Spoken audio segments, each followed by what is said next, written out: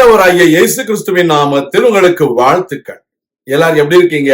சோமா இருக்கீங்களா? சந்தோஷமா இருக்கீங்களா? இந்த நாளிலும் ஆண்டவர் கொடுக்கிற ஆசீர்வாதமான வார்த்தை 1 கொரிந்தியர் 9ஆம் அதிகாரம் 25ஆம் வசனம். 1 Corinthians chapter 9 verse 25.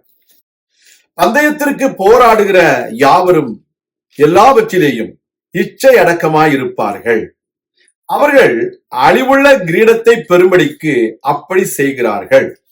நாமோ அழிவில்லாத கிரீடத்தை பெறும்படிக்கு அப்படி செய்கிறோம்.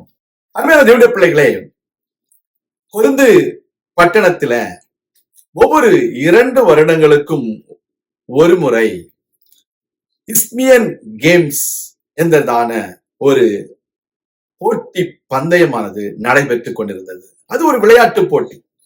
அந்த விளையாட்டு போட்டியில வெற்றி பெறுகிறவர்களுக்கு கிரீடத்தை கொடுப்பார்கள்.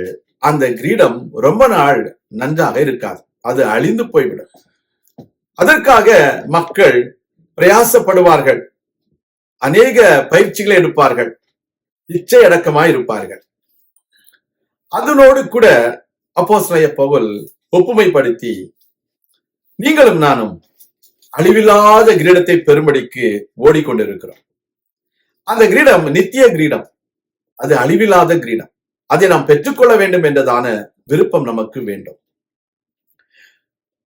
அதற்காக நாம் அதிக இச்சை அடக்கம் உள்ளவர்களாக இருக்க வேண்டும் என்பதுதான் ஆண்டவருடைய ஆலோசனை. The word of God says, people, those who are competing for the Isthmian games in Corinth once in 2 years, they exercise strict self-control so that they will receive a crown which is not permanent. It is going to perish very soon in a couple of years. But those people, they take strict self-control and they exercise a lot of things to achieve the crown.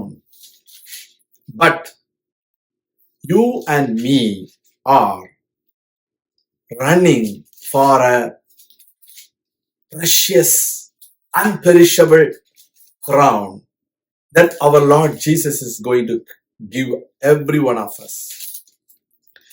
So we must take more strict discipline in self-control so that we will receive that unperishable crown in our life. Dear children of God, we need to have more self-control than the worldly people, because our crown that we are going to receive from Jesus is going to be more precious. That is very important. We are going to be with our Lord Jesus Christ, and He is going to crown us with that unperishable crown. We need to be more godly than the worldly people. We should please God more in every activities of our life. We should run the path that our Lord Jesus Christ has predestined for us. We are not supposed to run with the worldly people. We are not run with the friends who are running towards the perishable crowns. We have a predestined path that our Lord Jesus Christ has already formulated, and we need to run on that particular track. Otherwise, we will not be crowned. So we need to experience, we need to exercise strict self-control so that we will receive the unperishable crown. கர்த்தருடைய பிள்ளைகளே, நாம் அதிக இச்சை அடக்கம் உள்ளவர்களாக இருப்போமே என்றால் அழிவில்லாத கிரீடத்தை பெற்றுக்கொள்ள முடியும்.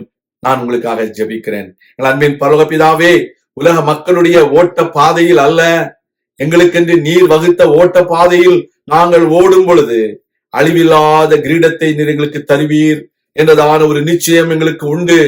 நாங்கள் அதன்படி ஓடி உம்முடைய நாமத்தை மகிமைப்படுத்த, உம்முடைய வார்த்தையின்படி செய்து உம்முடைய வார்த்தையின்படி வாழ கர்த்தாவே எங்களுக்கு உதவி செய்தருளும். அழிவில்லாத கிரீடத்தை நாங்கள் பெற்றுக்கொள்ள எங்களை தகுதிப்படுத்தும். எங்களை அதற்கென்று ஆயத்தப்படுத்தும். இயேசு கிறிஸ்துவின் நாமத்தில் ஜெபிக்கிறோம் எங்கள் நல்ல பிதாவே. ஆமேன். கர்த்தர் தாமே உங்களை ஆசீர்வதிப்பாராக. ஆமேன்.